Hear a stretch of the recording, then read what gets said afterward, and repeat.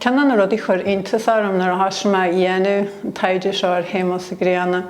Agus is dóthaí gur rud is mó tá luaite le Séamus gcónaí ar náide ná na leotaí atá scríofaige agus an taobh sin donna chuid ebre. A ceanna na rudaí ar chur héin sorúin nar a bhí me gal fríd na heiristeí ná an éhar iriseoireacht a bhí scríofaige agus na téimí ó samaige an. Agus go raibh am amháin go raibh Séamus Gréanna na luach is dóiche ag géal olú.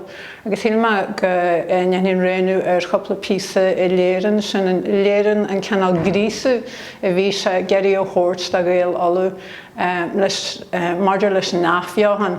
Agus ceanna na písaí sin a bhí agan ná písa bhí an taltach le na Philbríd in 1925.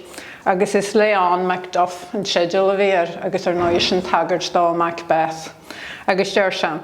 In aim dé agus gláite na marú, tá se go maithí gon cogu a ógurt ar an náhaid. Rá ada bhí muid faoi agla agus faoi úlaíocht défa.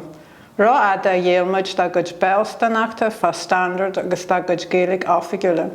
Is mihid dún Mosclú, is mihid dún éri ar seaú agus a gud arm agus éidir a hanú árin.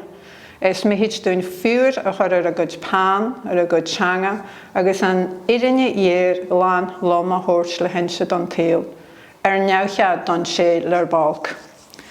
Agus bheith sin ceanna na rólan a bhí aige, agus is gasa de réir nálaigh má cáil gur úr tisin gur het scríbne ar na Gaelic rud ba go léig, ans na 19 nar a hasí nar a stad machas áil i Gréanna a scríb don iris.